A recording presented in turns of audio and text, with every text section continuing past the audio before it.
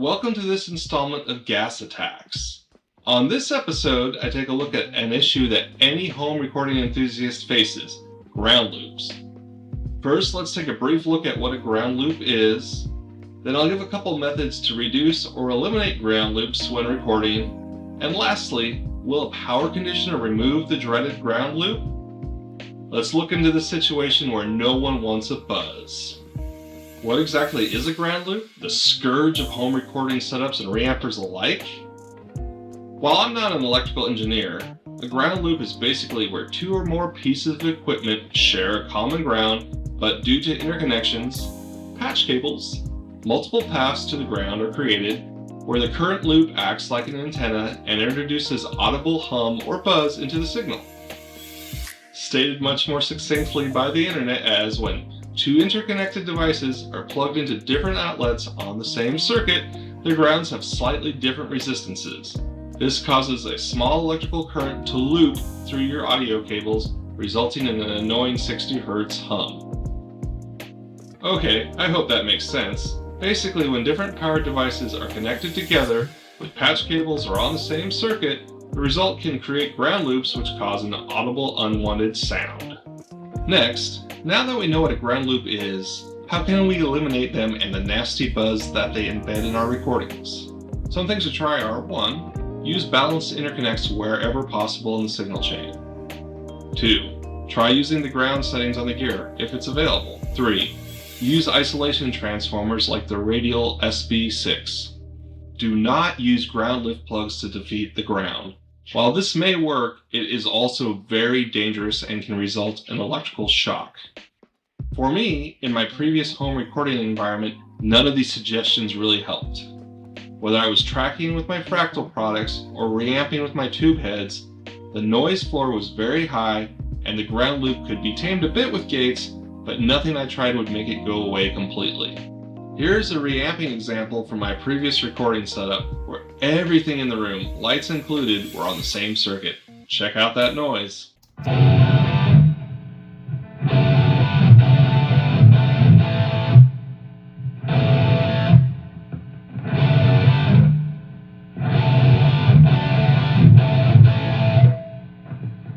Reamping was possible with a noise gate, but trying to use my fractal products and the 4-cable method through my Fryette PS2A power station was impossible.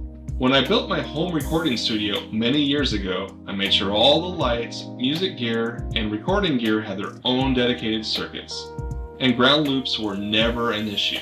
That space is unfortunately long gone, but when we moved recently, I had the electrician working on the remodel add 2 dedicated circuits to my temporary recording space, and again, no ground loop. Here's an example of me reamping in my current recording environment.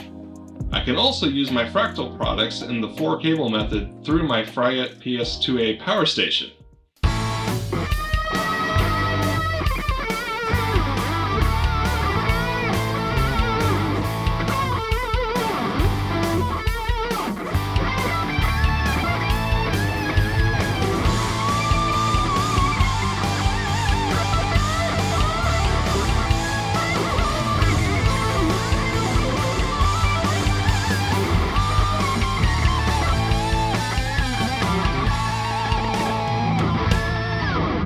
Granted, I need to have my radial SB6 in line when I'm doing this, or there's this fun noise.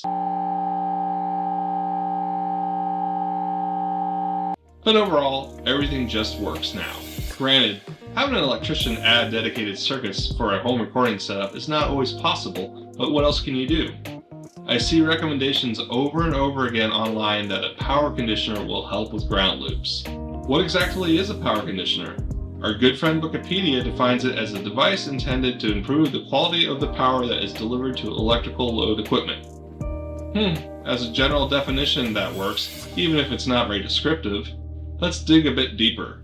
A power condition does condition the power to make it suitable for delicate devices, such as recording gear, but it often, as is in the case with Furman products, protects gear from surges and spikes and filters the AC current to reduce the noise floor and remove unwanted interference. Well, in my old recording space, and even here in my new one, I tried a Furman P1800 PFR power conditioner that, per Furman, offers AC power filtering to ensure clean power for unequal audio and video clarity. Did it help? Not at all.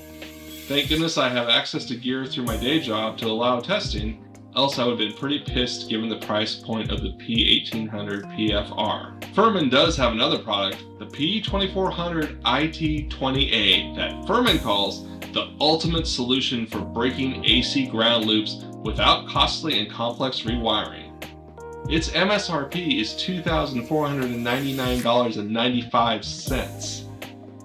While I can't say if it delivers on what it promises, I can tell you that adding 2 dedicated circuits to my recording setup was way less than that. While there are many videos out there discussing ground loops, most of them downplay the importance of dedicated circuits, or even say that dedicated circuits cause ground loops. Again, I'm not an electrical engineer, nor do I claim to know all the science behind ground loops. I just know what has worked for me in multiple situations in geographically different areas. Not only has putting all recording gear on one circuit and all of my music gear on another allowed me to record how I want to, there is another positive aspect of using dedicated circuits. Computers, digital modeling pedals, and active monitors are notorious for putting out high-frequency digital noise and data transfer interference back into the power line. This phenomenon is sometimes called hash.